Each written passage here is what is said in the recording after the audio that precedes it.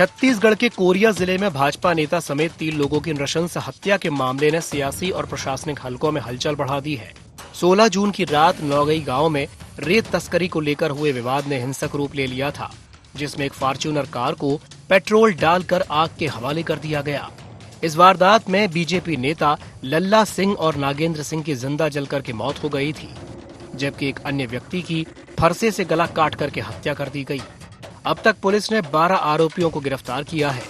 मामले की गंभीरता को देखते हुए राज्य सरकार ने इसकी जांच सीबीआई को सौंपने की मंजूरी दे दी है। कोरिया ट्रिपल मर्डर केस में बड़ा अपडेट, सीबीआई जांच को साय सरकार की मंजूरी। 16 जून को रेत विवाद में हुई थी वारदात, फॉर्च्यूनर में लगाई गई थी आग, 3 लोगों की नृशंस हत्या। अब तक 12 आरोपी गिरफ्तार। पीड़ित परिवार की मांग पर सीबीआई जांच। सभी के बीच चर्चा के बाद निर्णय हुआ है इस जघन्य हत्या के मामले में क्या क्या कारण थे, किन कारणों से हुआ है, दोनों सब प्रकरणों के बीच में क्या संदर्भ है, संबंध है, इन सभी बातों की जांच के लिए इसको सीबीआई को अभी दिया गया है। एक चरण शेष है, हमने भेज दिया है, अभी सीबीआई को उसको स्वीकार करके काम करना ये शेष है। तो अभी एक चरण शेष है, परंतु हमारे द्वारा भेजा जा चुका है। सीबीआई जांच के फैसले पर राजनीतिक बयानबाजी भी तेज हो गई है। कांग्रेस का आरोप है कि सरकार अपनी ही पुलिस की जांच पर भरोसा नहीं कर रही, इसलिए मामला सीबीआई को सौंपा गया है।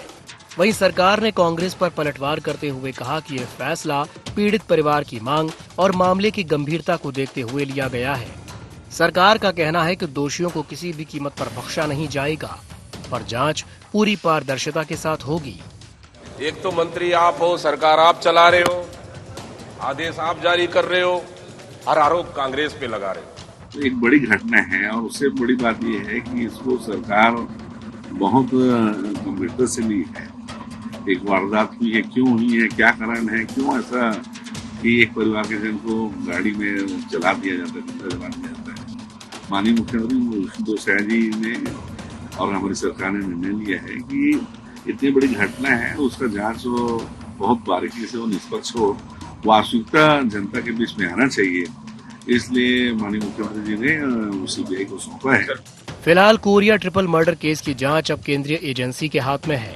ऐसे में नजर इस बात पर रहेगी कि सीबीआई की जांच में सनसनीखेज वारदात की पूरी साजिश, रेत तस्करी या कनेक्शन और इसमें शामिल सभी आरोपियों की भूमिका किस तरह सामने आती है। Bureau report, IND 24।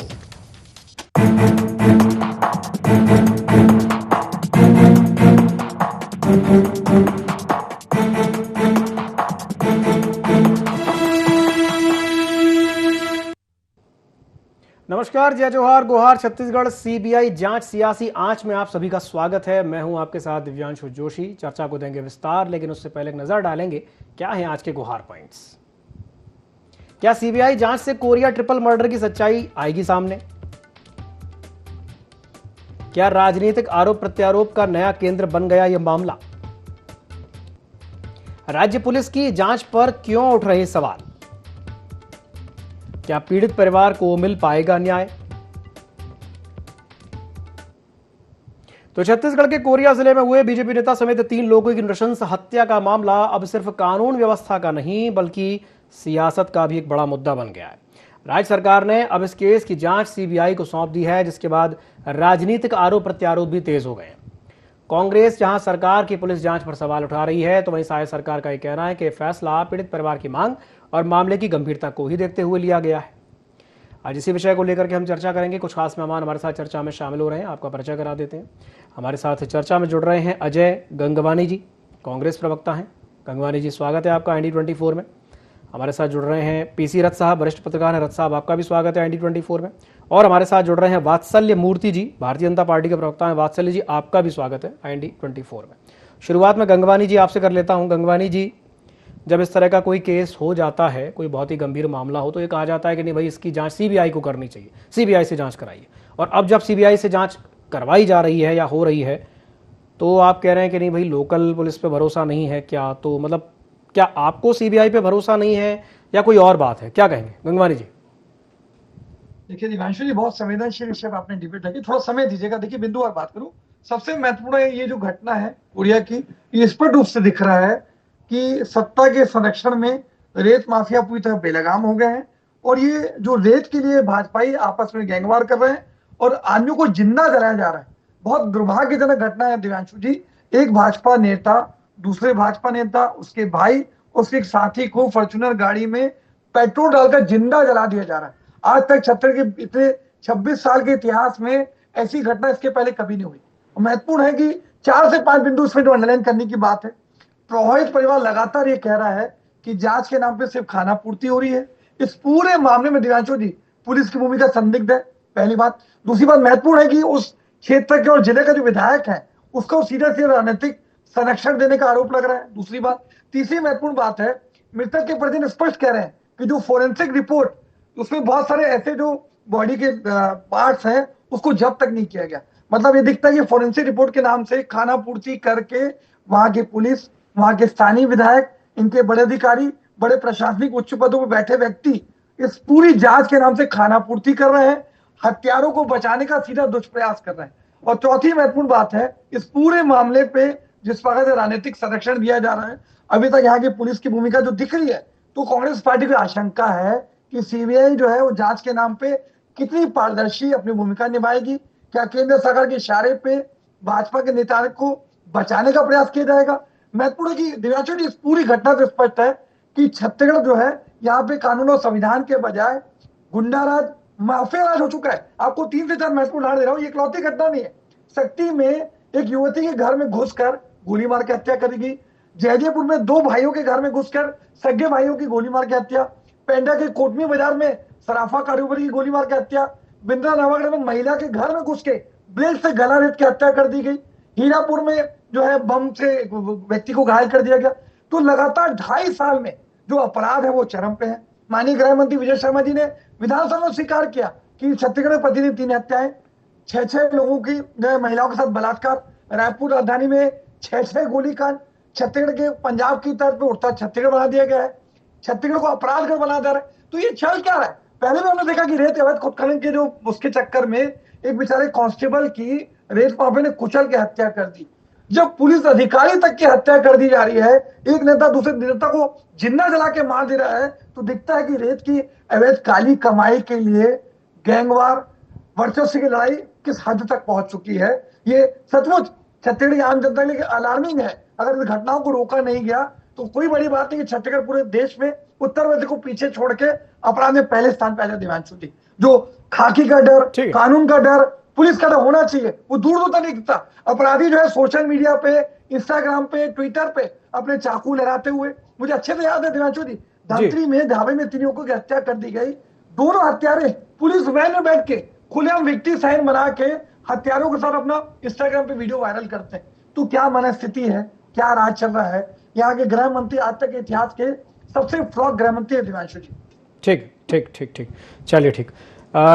वात्सल्य जी, आपने गंगवानी जी की बात सुनी, वो कह रहे हैं कि भाई इस तरह की घटनाएं बहुत बड़ा प्रश्न चिन्ह खड़ा करती हैं राज्य की कानून व्यवस्था पर, कि कानून व्यवस्था उतनी सही तरीके से काम नहीं कर रही है जैसे होना चाहिए। क्या कहेंगे वात्सल्य जी?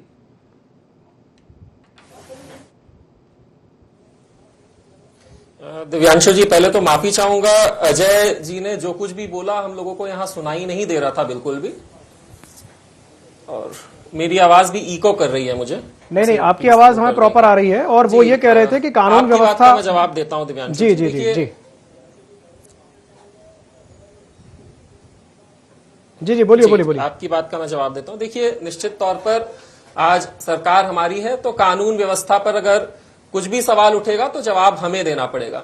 मगर ये कहना कि कांग्रेस के समय में कानून व्यवस्था बहुत अच्छी थी, कांग्रेस के समय में अवैध रेत उत्खनन होता ही नहीं था, अवैध माइनिंग होती ही नहीं थी, लोगों की जान जाती ही नहीं थी, ये गलत है। अब मैं आपको बताऊंगा डिफरेंस क्या है हमारी सरकार में और कांग्रेस की सरकार में। देखिए, कांग्रेस के समय भी अपराध होते थे दिव्यांशु जी, हमारे समय भी होते हैं। कितने होते हैं मैं उसमें नहीं जाऊंगा। अगर एक अपराध भी होता है तो वो गलत है, जवाबदेही हमारी सरकार की बनती है। भले एक अपराध होता है, कितने होते हैं हम उनमें नहीं जाएंगे। कांग्रेस के समय में अपराधी जो है सरकार द्वारा पोषित हुआ करते थे, मैं ऐसे आपको अनेकों सैकड़ों उदाहरण दे दूंगा जो कांग्रेस के ही अपराधी होते थे और उन्हें पकड़ने की जिम्मेदारी कांग्रेस की होती थी, सिर्फ लीपापोती होती थी, एफआईआर तो होती ही नहीं थी। मैं इस ट्रिपल मर्डर केस में अगर आता हूं दिव्यांशु जी, तो ये देखिए थोड़ा सा मुझे जो सुनाई दिया अजय जी की बात, तो निश्चित तौर पर छत्तीसगढ़ के इतिहास में इतनी विभत्स घटना कभी नहीं हुई। मैं भाजपा का हूं मगर फिर भी मैं इस बात को एक्सेप्ट करता हूं, बहुत ही निंदनीय घटना है, मगर कार्यवाहियां त्वरित हुई।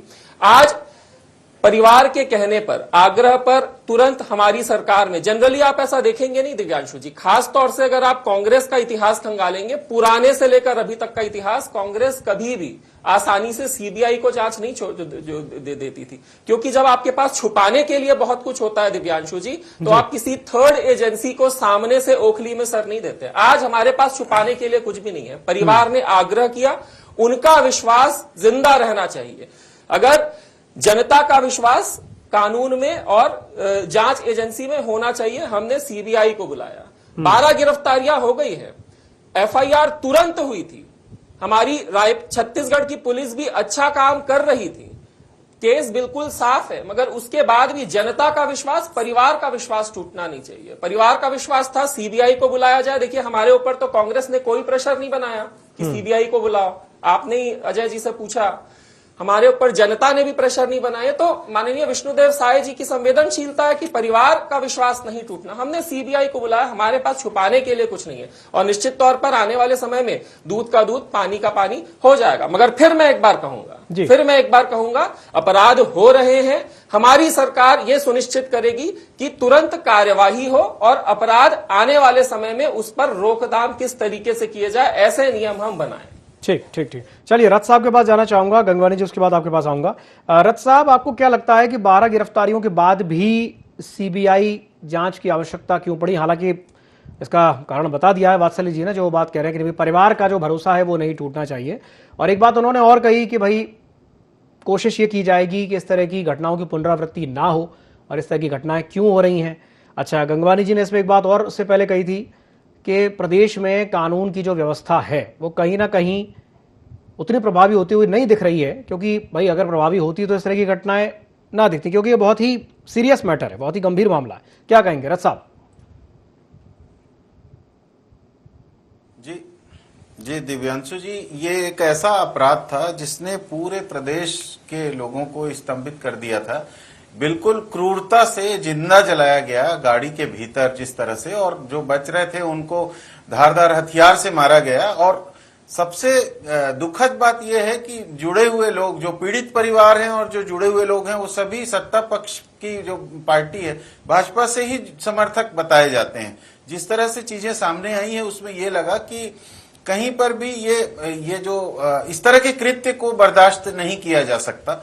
लेकिन क्या कारण है कि अपराधियों में कानून व्यवस्था और न्यायपालिका के प्रति कोई डर ही नहीं है?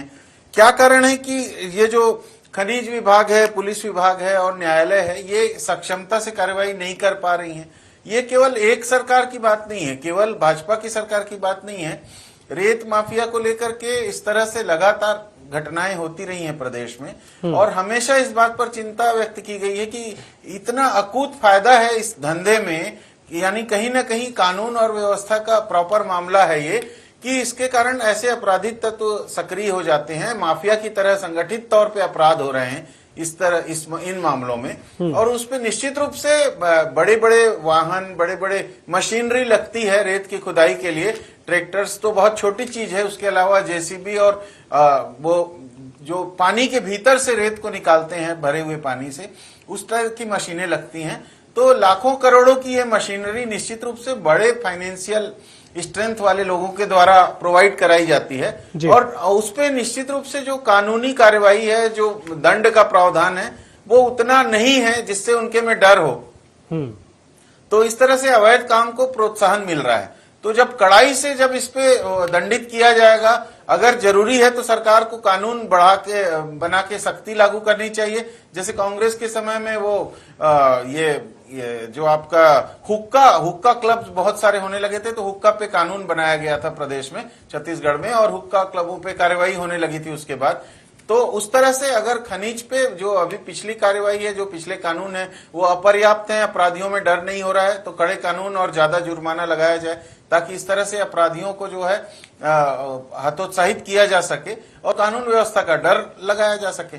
कहीं से भी चूंकि दोनों परिवार पीड़ित और अपराधी जो है वो भाजपा से जुड़े हुए हैं, इसलिए कहीं ना कहीं सरकार को ये लगा कि सीबीआई जांच से दूध का दूध और पानी का पानी हो जाएगा। हालांकि ये बात भी सही है कि त्वरित गति से 12 लोगों को गिरफ्तार किया गया है और पुलिस अपने स्तर पे कार्यवाही कर रही है, लेकिन परिवार और दूसरे लोगों के बीच एक अच्छा संदेश जाए बोल के मुझे लगता है कि शायद उन्होंने सीबीआई को इसमें नियुक्त किया होगा, सीबीआई को सौंपा होगा मामला। अब सीबीआई अक्सर ये देखा जाता है सीबीआई बहुत लंबा खींचती है, तो मुझे लगता है इसमें सीबीआई को भी टाइम बाउंड करना चाहिए ताकि अपराधियों को जल्दी से जल्दी सजा। बिल्कुल सही कहा आपने रथ साहब के कड़े दंड का प्रावधान होना बहुत ज्यादा जरूरी है, क्योंकि कानून का यदि डर ही खत्म हो जाएगा अपराधियों के मन से तो इस तरह की चीजें तो होंगी ही। सही कहा आपने। चलिए गंगवानी जी, जैसे हुक्का लाउंज का एग्जाम्पल दिया रथ साहब ने कि आपकी सरकार के समय हुक्का लाउंजेस पर कार्रवाई की गई थी और उनको बंद भी करवाया गया था, उस पर पर्याप्त कार्रवाई भी देखने को मिली थी। लेकिन जैसे कि अभी वात्सल्य जी ने कहा कि जो स्थिति हम देख रहे हैं भाई, ऐसा तो नहीं है कि आपके समय में इस तरह के अपराध नहीं होते थे, वो तो यहां तक कह रहे हैं कि भाई अपराधियों को संरक्षण भी प्राप्त होता था। क्या कहेंगे गंगवानी जी?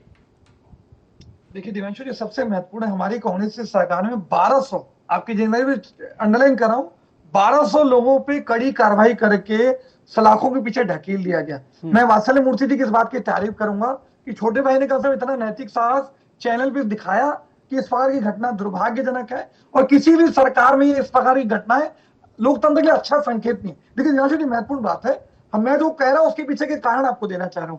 लगातार रेत के अवैध उत्खनन को सत्ता पे बैठे लोगों का, यहाँ के बड़े उच्च पदों पे बैठे अधिकारियों का राजनीतिक संरक्षण है। 5 महत्वपूर्ण घटनाएं अंडरलाइन कर दूं।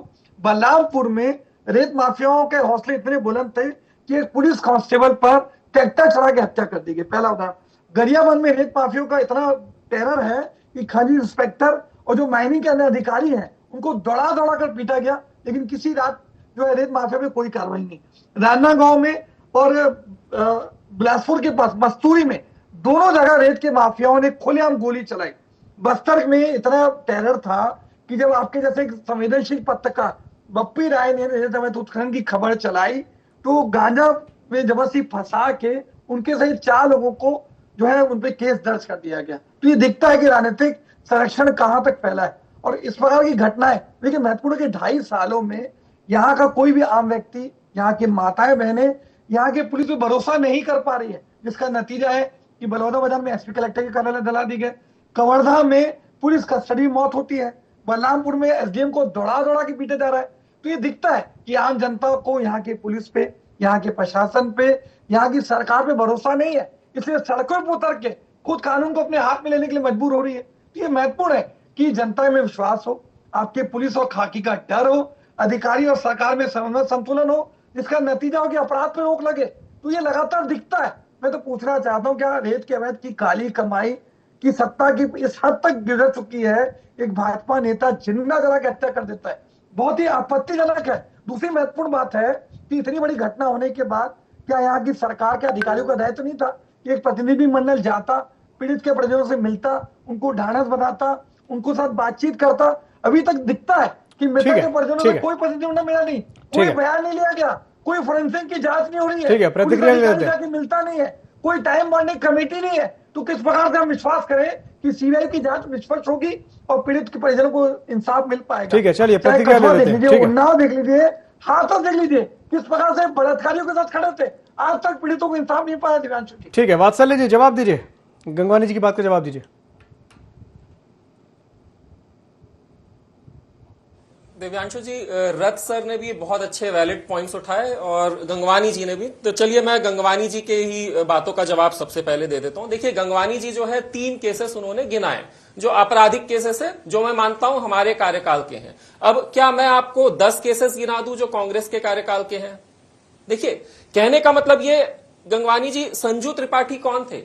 एक रेत माफिया थे, छत्तीसगढ़ के प्रसिद्ध डॉन थे, कांग्रेस के कार्यकर्ता थे, वो जिनका शूट आउट हो गया था 2022 में। आपकी शेषराज हरबंस कौन है? वो पामगढ़ की एमएलए है जिनका रेत माफियाओं के साथ जो ऑडियो है वो वायरल हो रहा है। आपके जांजगीर चांपा के एनएसयूआई के प्रेसिडेंट जो हैं, पिछले साल श्याम सुपरमार्केट में चड्डी गैंग के साथ डकैती करते हुए रंगे हाथों पकड़ा है। आपका सरगुजा में आरक्षक की पत्नी और उनकी बेटी की हत्या सरगुजा के एनएसयूआई अध्यक्ष ने की। तो देखिए, कहने का मतलब ये शर्मनाक है। ये शर्म की बात है कि अजय गंगवानी जी 3 केस गिनाए और मैं 5 केस गिनाऊं। मैं ये बात मानता हूं, मगर क्योंकि अजय गंगवानी जी मानते नहीं है, वो केसेस गिनाते हैं। देखिए, केसेस मत गिनाइए। अपराध आपके भी समय था गंगवानी जी, अपराध हमारे भी समय है। ये जेंटलमैन की बात होनी चाहिए। यहां पे बात यहां पर है कि किस तरीके से त्वरित कार्यवाहियां हो रही है। आज अभी मैंने जितने भी केसेस आपको गिनाए हैं ना दिव्यांशु जी, 24 घंटे के अंदर अपराधी अंदर हुआ है। 24 घंटे के अंदर।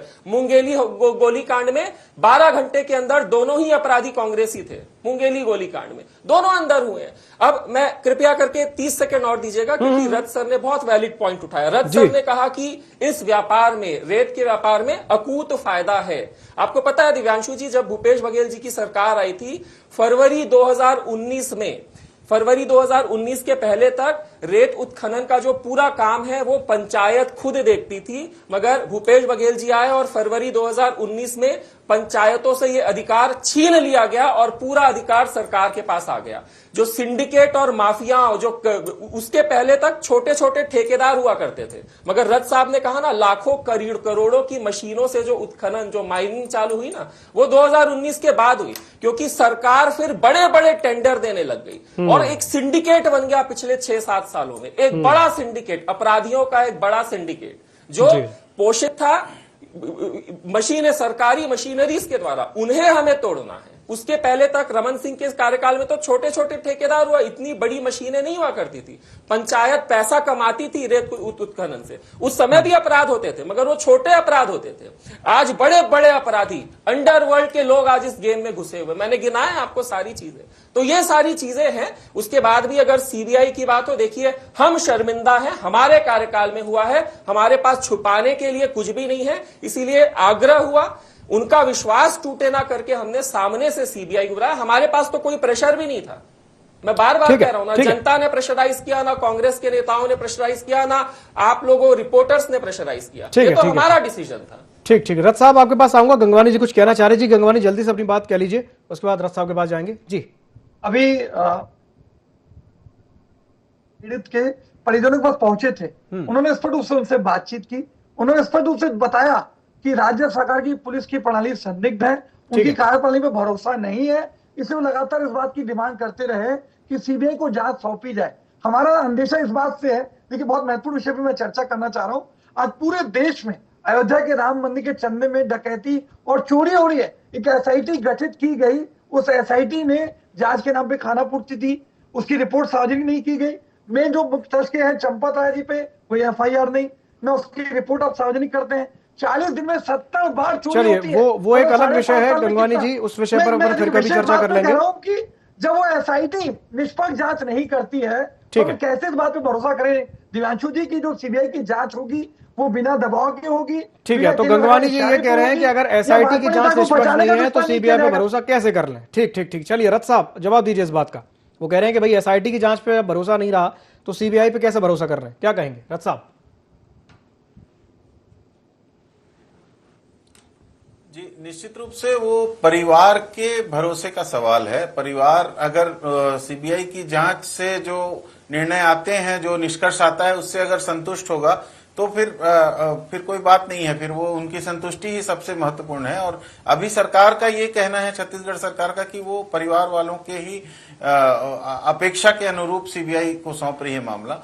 तो आगे देखते हैं कि समय कितना लगता है उसमें। मुझे लगता है ज्यादा जरूरी यह है कि ये टाइम बाउंड हो और जल्दी से जल्दी सीबीआई करे, क्योंकि छत्तीसगढ़ के दूसरे मामलों में सीबीआई ने बहुत लंबा समय लिया है। इसके पहले मुझे जो याद आ रहा है, हमारे गरियाबंद जिले के एक पत्रकार साथी की हत्या हुई थी, उस मामले में सीबीआई ने बहुत लंबा समय लिया था और ठीक से उसमें बाद में अपराधियों तक ठीक से पहुंच भी नहीं पाई थी। जीरम घाटी का मामला भी कुछ समय एनआईए के अलावा सीबीआई ने भी देखा था, लेकिन उस पर भी कोई विशेष डेवलपमेंट नहीं हुआ था। और मैं एक बात और कहना चाहूंगा कि रायपुर से लगा हुआ जो महानदी का इलाका है, चारामा कांकेर जिले का जो हिस्सा पड़ता है, वहां सावित्री मंडावी है वहां की विधायक, जो अक्सर रात में 12 बजे से लेकर 2:30 बजे, 3 बजे, 4 बजे तक के नदी के किनारे धरना देती हैं कि इन खनिज के लुटेरों को पकड़े करके, और बहुत कम ऐसा होता है कि सरकारी मशीनरी सक्रिय होती है और उनकी गिरफ्तारियां होती है या लोगों को पकड़ा जाता है, जबकि वो पूरा खुला एरिया है, वहां पर कोई उस तरह से आने जाने में अवरोध या जंगल पहाड़ की स्थिति नहीं है। तो कहीं ना कहीं इसमें पूरा लगता है कि प्रशासन की मिलीभगत जिले स्तर पर है कहीं ना कहीं, और कलेक्टरों को सीधे जिम्मेदार ठहराना चाहिए, इस मामले में जवाबदेह बनाना चाहिए। और पता नहीं क्यों जिस तरह से गांजे के मामले में पुलिस को सख्ती से पुलिस की जिम्मेदारी दी जानी चाहिए, उसी तरह से रेत के अपराधियों को भी जिला प्रशासन और खनिज अधिकारी चूंकि कलेक्टर के अंतर्गत ही काम करते हैं, तो उनको जब तक जवाबदेह नहीं बनाएंगे इस तरह की घटनाएं बढ़ती रहेंगी।